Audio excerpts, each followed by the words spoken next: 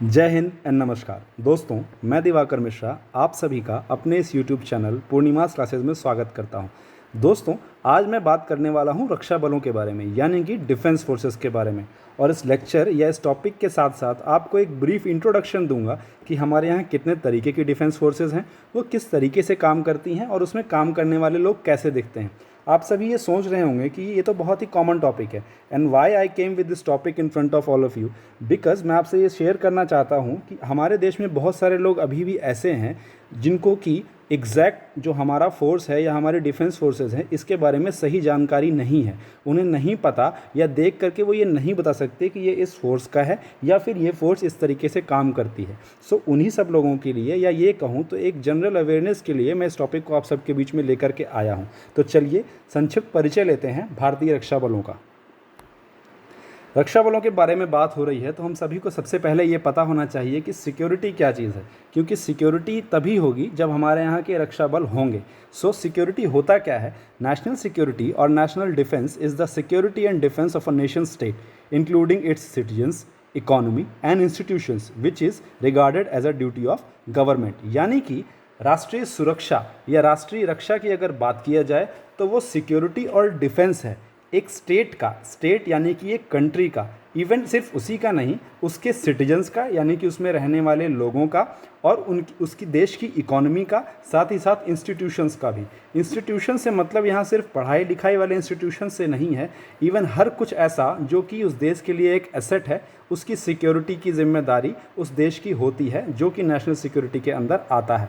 और ये सारी की सारी जिम्मेदारी किसकी होती है? गवर्नमेंट की होती है, whether it is from state और सेंटर। अगर किसी स्टेट के एसेट की बात है तो उसको स्टेट गवर्नमेंट की रिस्पॉन्सिबिलिटी बनती है कि उसको प्रोटेक्ट करना, और अगर ये एसेट जो है वो नेशनल लेवल का इंपॉर्टेंस रखता है तो ये सेंटर की गवर्नमेंट की जिम्मेदारी है, यानी कि केंद्र सरकार की जिम्मेदारी है कि सुरक्षा बलों के माध्यम से उस एसेट को बचाया जाए, चाहे वो कोई स्पेस सेक्टर हो, चाहे वो एविएशन सेक्टर हो, चाहे वो कोल फील्ड हो, ऑयल फील्ड हो, या कोई बहुत ही फेमस ताजमहल जैसी मॉन्यूमेंट हो। क्योंकि कहीं ना कहीं ये सारी चीज़ें हमारे देश को एक नेशनल या फिर इंटरनेशनल लेवल पर रिप्रेजेंट करती हैं, इसलिए इनकी सेफ्टी और सिक्योरिटी दोनों ही इम्पॉर्टेंट है। और जिसको कौन करता है? हमारे यहाँ के रक्षा बल। चलिए बात करते हैं फोर्सेज इन इंडिया के बारे में, या फिर भारत में किस तरीके के फोर्सेज हैं या सुरक्षा बल हैं। सबसे पहले डिफेंस फोर्सेस।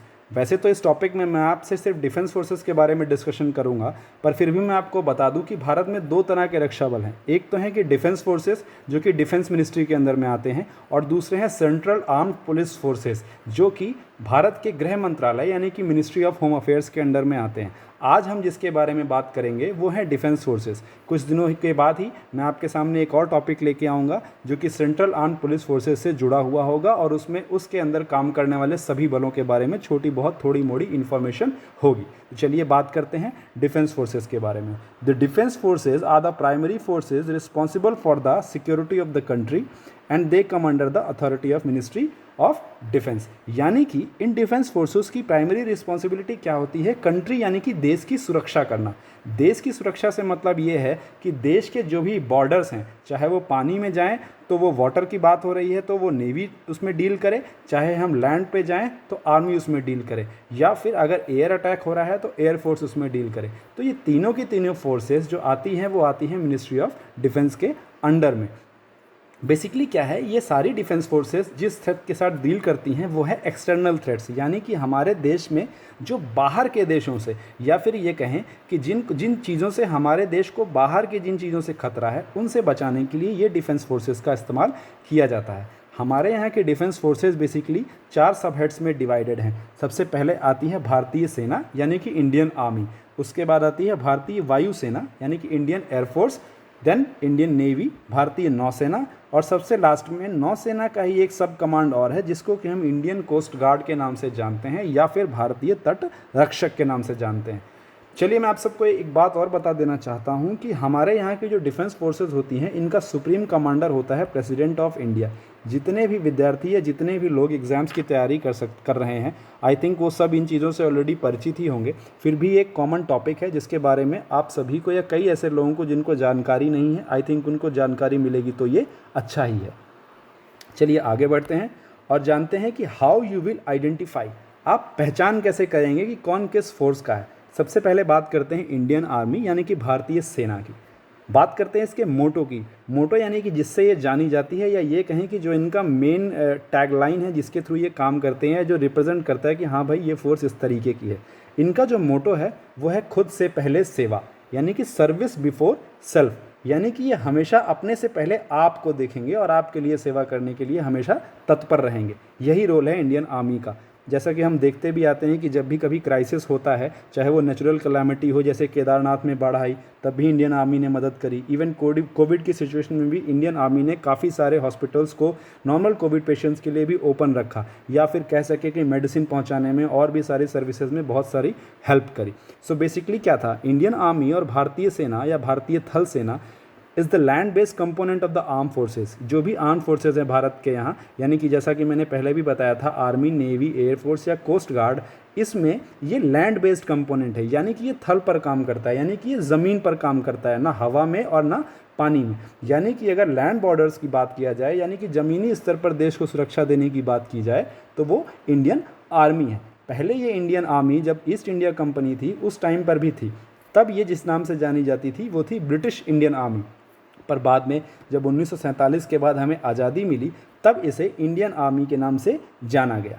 हम चीफ ऑफ आर्मी स्टाफ जो होते हैं वो इंडियन आर्मी के कमांडर होते हैं, ये भी आपको मालूम होना चाहिए, और उनका रैंक जनरल रैंक होता है। चलिए देखिए, अभी जो नेक्स्ट स्लाइड आपके पास है, इसमें इंडियन आर्मी की यूनिफॉर्म को डिपिक्ट किया गया है। लगभग वैसे तो भारतीय सेना की बहुत सारी तरह तरह की डिफरेंट ऑपरेशंस के हिसाब से जो है उनकी यूनिफॉर्म्स होती हैं, पर एक कॉमन जो यूनिफॉर्म है इंडियन आर्मी की, भारतीय सेना की, उसको मैंने यहाँ आप लोगों को दिखाया है। साथ ही साथ भारतीय सेना का फ्लैग है। पूरे भारत में आप कहीं भी जाएंगे, आपको अगर ये फ्लैग कहीं भी दिखता है, चाहे वो किसी गाड़ी पे लगा हो, चाहे वो किसी बिल्डिंग के बाहर लगा हो, या किसी भी जगह पर लगा दिखता है, तो इसका मतलब क्या है कि ये भारतीय सेना यानी कि इंडियन आर्मी की बात हो रही है। साथ ही साथ इसका एक लोगो भी आपके साथ दिखाया गया है, जिसमें कि 2 तलवार और ऊपर अशोक स्तंभ है, नीचे इंडियन आर्मी लिखा हुआ है। ये पहचान है भारतीय सेना की।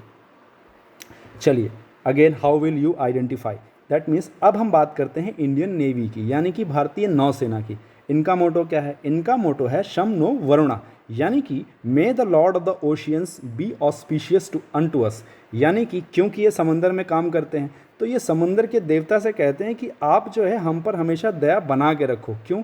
अगर जिस जगह पर आप काम करते हो, उस जगह का जो आपका सराउंडिंग है, अगर वही आपको सपोर्ट नहीं करेगा, तो आप बेहतर आउटपुट नहीं निकाल सकते। जैसे कि आर्मी को अगर लैंड सपोर्ट नहीं करेगी, ज़मीन सपोर्ट नहीं करेगी, तो आर्मी इफेक्टिव नहीं है। सेम एज नेवी पानी में काम करती है, अगर पानी सपोर्ट नहीं करेगा उनके शिप्स को, तो वो अच्छे से ऑपरेशंस नहीं कर पाएंगे।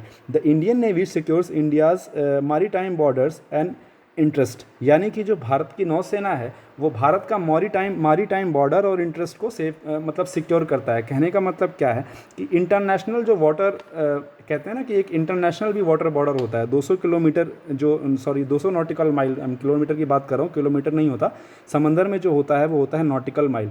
अगर किसी भी देश की जो लास्ट लैंड बॉर्डर होता है उससे 200 नॉटिकल माइल आगे समंदर में चला जाए, तो जो बॉर्डर आता है वो उस देश की इंटरनेशनल बाउंड्री होती है। तो यानी कि जो भारतीय नौसेना है वो 200 नॉटिकल माइल वाले इंटरनेशनल बॉर्डर पर हमारे देश को वहाँ से प्रोटेक्ट करती है, दूसरे देशों के शिप्स को इंट्रूजन से रोकती है। साथ ही साथ उस इंटरनेशनल बॉर्डर एरिया में अगर किसी तरीके की गलत गतिविधि हो रही है तो उसका काम है उसे पर भी नज़र रखना। साथ ही साथ और देशों की नेवीज़ के साथ इंटरेक्ट करना और समंदर के अंदर से मौजूद रहते हुए हमारे देश को पानी की तरफ से सुरक्षित करना। जैसा कि हम सभी जानते हैं कि भारत एक प्रायद्वीप है, यानी कि एक पेनिनसुलर मतलब पोर्शन में आता है भारत, तो उसकी होने की वजह से हमारा देश जो है वो तीनों तरफ से समंदर से घिरा हुआ है। तो इसी से पता चल जाता है कि नेवी का बहुत ही बड़ा रोल है। चीफ ऑफ नेवल स्टाफ जो होते हैं एक एडमिरल रैंक का अधिकारी होते हैं, जो कि कमांडर होते हैं बेसिकली नेवी के, अगर भारत में बात की जाए तो।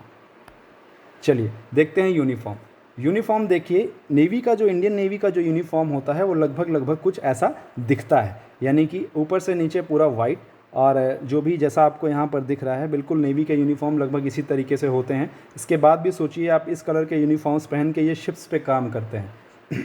साथ ही साथ फ्लैग मेंशन्ड है जिसके अंदर भारत का झंडा है और अशोक स्तंभ एक रेड कलर के क्रॉस पर बना हुआ है, पीछे बैकग्राउंड वाइट कलर का है। अगर आपको कहीं भी ऐसा फ्लैग दिखता है तो इसका मतलब भारतीय नौसेना से रिलेटेड मतलब जो भी जहाँ भी आपको ऐसा फ्लैग दिख रहा है वो उस समय का जो भी सिचुएशन है, चाहे वो एक ऑफिस हो, चाहे वो किसी गाड़ी से रिलेटेड हो, चाहे वो कहीं किसी ऑपरेशन में मूवमेंट हो रहा हो, अगर आपको ऐसा फ्लैग दिख रहा है तो इसका मतलब बात हो रही है इंडियन नेवी की। साथ ही साथ इनका लोगो बना हुआ है जिसमें शिप से रिलेटेड देखिए वो अशोक स्तंभ है और उसके नीचे जो पानी के अंदर इस्तेमाल किया जाता है वो बना हुआ है और उसके नीचे उसका टैग लाइन जो है मोटो लिखा हुआ है, शम नो वरुणा, जिसके बारे में मैंने पहले भी बताया था कि may the lord of the oceans be auspicious unto us.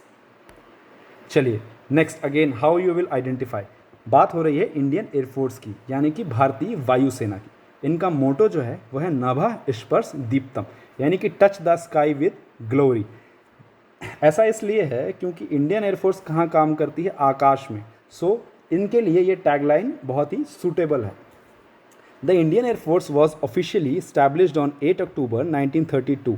It is considered the fourth largest air force in the world. The primary responsibility of the air force is to secure the air nation's Indian airspace and to conduct aerial warfare during a conflict. Bharat की जो ये वायुसेना है ये 8 अक्टूबर 1932 में establish हुई थी। सो इससे यहाँ पर ये पता चलता है कि 8 अक्टूबर 1932 को वायुसेना दिवस मनाया जाता है। साथ ही साथ ये पूरे विश्व की फोर्थ लार्जेस्ट एयरफोर्स है, यानी कि हमारे देश भारत की जो एयरफोर्स है, वायुसेना है, वो विश्व में चौथे स्थान पर है। एयरफोर्स की जो प्राइमरी रिस्पॉन्सिबिलिटी होती है वो हमारे कंट्री का जो एयर स्पेस होता है, यानी कि जहाँ तक हमारे भारत के आसपास का जो आकाश का क्षेत्र है, यानी कि जो दायरा है, बॉर्डर है, उसको प्रोटेक्ट करना इंडियन एयरफोर्स का काम होता है। इनकी प्राइमरी रिस्पॉन्सिबिलिटी यही होती है कि जो इंडियन एयर स्पेस है उसके अंदर किसी भी दूसरे देश का जो विमान है वो गैर कानूनी तरीके से ना आ सके और कोई भी ऐसी विध्वंसक कार्रवाई ना कर सके जिससे हमारे देश को नुकसान हो। साथ ही साथ जब वॉर होता है, जब कॉन्फ्लिक्ट होता है दो कंट्रीज़ के बीच में, तो भी एयरफोर्स का काम है कि एयर अटैक्स करके जितने ज़्यादा से ज़्यादा हो सकती है वॉर में अपोजिशन की में कैजुअल्टी करे, ताकि हमारे आर्मी और नेवी का काम आसान हो सके। चीफ ऑफ एयर स्टाफ जो होते हैं, जो कि एक एयर मार्शल रैंक के अधिकारी होते हैं, जो कि कमांडर कहलाते हैं इंडियन एयरफोर्स के भारत के अंदर। अब बात की जाए यूनिफॉर्म की। इंडियन एयरफोर्स की जो यूनिफॉर्म है इसका एक इमेज आप सबके सामने यहाँ बना हुआ है, जिसमें शोल्डर पर कुछ बैजेस लगे हैं। बेसिकली जो है वो आपका फ़्लाइट लेफ्टिनेंट से इंडियन एयरफोर्स में गज़टेड रैंक स्टार्ट होती है। इसके लिए आप CDS एग्ज़ाम दे सकते हैं या फिर NDA के थ्रू भी जा सकते हैं। यहाँ फ्लैग भी बना हुआ है इंडियन एयरफोर्स का, जिसमें कि एक इंडियन फ्लैग है, पीछे ब्लू कलर का बैकग्राउंड है और साथ में एक ये जो आपको इनका इंसिग्निया बना हुआ है ये इंडियन एयरफोर्स को रिप्रेजेंट करता है। इसके बगल में जो है ये है लोगो भारतीय वायुसेना का। ये कुछ ऐसा दिखता है जिसमें इनकी टैगलाइन जो है नभः स्पर्श दीप्तम लिखी हुई है। अगर आपको कहीं भी इस तरीके का फ्लैग या इस तरीके के यूनिफॉर्म में लोग दिखते हैं तो आप समझ सकते हैं कि ये इंडियन एयरफोर्स से बिलोंग करते हैं। चलिए अब जानते हैं लास्ट विंग के बारे में, जो कि है इंडियन कोस्ट गार्ड। बेसिकली है क्या, ये इंडियन नेवी का ही एक सब ब्रांच है, यानी कि जैसे नेवी पानी में इंटरनेशनल बॉर्डर्स को प्रोटेक्ट करती है, या ये कहें कि इंटरनेशनल खतरों से हमें बचाती है, या भारत का जो 200 नॉटिकल माइल का इंटरनेशनल बॉर्डर एरिया है वहाँ पर नेवी तैनात होकर के हमारे देश को प्रोटेक्ट करती है, उसी तरीके से इंडियन कोस्ट गार्ड भी इंडियन नेवी की हेल्प करता है। सो ये कह सकते हैं कि ये एक ही ब्रांच की तरह है इंडियन नेवी की। आता ये भी इंडियन डिफेंस मतलब कि मिनिस्ट्री ऑफ डिफेंस के अंडर ही है। इसके अंदर भी अपॉइंटमेंट्स जितनी भी होती हैं वो सब मिनिस्ट्री ऑफ डिफेंस के ही अंडर होती हैं और सारे इनके रूल्स एंड रेगुलेशन सब कुछ मिनिस्ट्री ऑफ डिफेंस के ही बेस्ड होते हैं।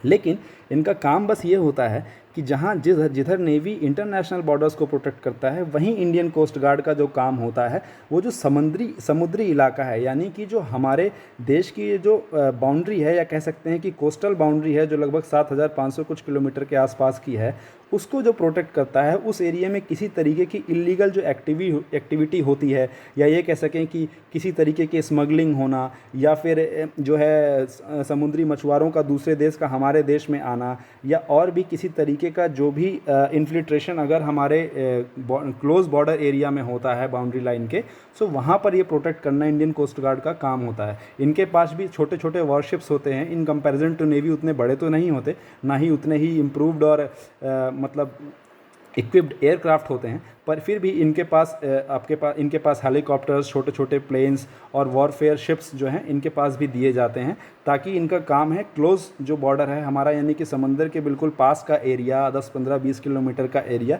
इनका काम होता है उस पूरे के पूरे एरिया में पेट्रोलिंग करते रहना, जो कि ये शिप्स के थ्रू करते हैं और क्लोज वे में हमारे बॉर्डर को प्रोटेक्ट करते हैं। साथ ही साथ जो रेस्क्यू ऑपरेशंस भी होते हैं समंदर में, उनको करने में भी इंडियन कोस्ट गार्ड अपना बहुत ही मेजर रोल प्ले करता है। सो बेसिकली है क्या, इनका जो मोटो है वो है वयम रक्षामः, यानी कि वी प्रोटेक्ट, यानी कि हम बचाते हैं। सो इंडियन कोस्ट गार्ड जो है वो 4th ब्रांच है आर्म फोर्सेज ऑफ इंडिया की। ICG was formally established on 18th August 1978 as an armed force of the Union। 18 अगस्त 1978 को इंडियन कोस्ट गार्ड को भारत की आर्म फोर्सेस के अंदर शामिल किया गया था। सो इंडियन कोस्ट गार्ड क्या प्रोवाइड करता है, non military maritime services to the nation, यानी कि ये जो इंडियन नेवी है उसको सिर्फ हेल्प करता है। जहाँ पर Indian navy military maritime operation करती है, यानी कि एक कहते नहीं है जैसे आर्मी लड़ती है, जैसे एयरफोर्स लड़ती है, वैसे ही नेवी का काम है अपने देश को प्रोटेक्ट करना। उससे थोड़ा सा हट कर उसको सपोर्ट करना जो काम है वो है इंडियन कोस्ट गार्ड का। ये जो कोस्ट गार्ड की ऑर्गेनाइजेशन है इसको DG रैंक के अधिकारी हेड करते हैं, यानी कि डायरेक्टर जनरल, जो कि director general of Indian coast guard कहलाते हैं, यानी कि DGICJ जी। चलिए, यूनिफॉर्म इनकी लगभग मिलती जुलती सी होती है, नेवी जैसी ही। कुछ रैंक स्ट्रक्चर थोड़ा सा इनका नेवी से अलग है, और साथ ही साथ जो इनका फ्लैग है इसमें ब्लू कलर का बैकग्राउंड है जो कि समंदर को दर्शाता है, और भारतीय तटरक्षक लिखा हुआ वयम रक्षामः लोगों के साथ इनका लोगो है, और जिसमें कि इंडिया का झंडा बना हुआ है। अगर आपको कहीं भी इस तरीके का फ्लैग या इस तरीके के यूनिफॉर्म वाले लोग दिखते हैं तो आप समझ सकते हैं कि वो बिलोंग करते हैं इंडियन कोस्ट गार्ड से। चलिए, सो आई होप इस पूरे लेक्चर के दौरान आप सबको एक ब्रीफ व्यू मिला होगा इंडियन आर्मी का, नेवी का, एयरफोर्स का और इंडियन कोस्ट गार्ड का, और आप सब कहीं ना कहीं इस चीज़ को अच्छे से परख सके होंगे और समझ सके होंगे कि किस तरीके से हमारे यहाँ में भारत में रक्षा बल हैं। सो जैसा भी कंटेंट मैंने आपको प्रोवाइड किया, अगर आपको लगता है कि ये एक अच्छा कंटेंट था और इससे कहीं ना कहीं आपको कुछ सीखने को मिला है, या फिर उन लोगों को जिनको इस बारे में पूर्ण रूप से जानकारी नहीं थी, अगर उनको कुछ भी इन्फॉर्मेशन मिली है और आपको लगता है कि ये इफेक्टिव कंटेंट है, तो प्लीज़ इस चैनल को लाइक करें, सब्सक्राइब करें, और ताकि मुझे प्रोत्साहित मिले और मैं ऐसे और भी अच्छे वीडियो बनाता रहूँ। Please like, comment and share. Thank you very much. Have a good day.